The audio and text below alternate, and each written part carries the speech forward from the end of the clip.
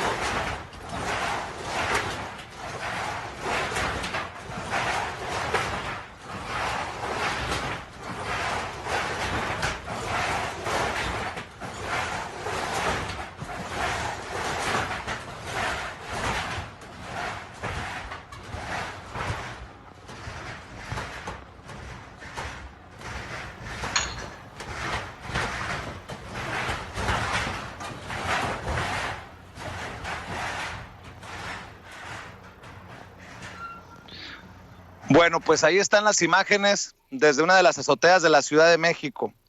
Y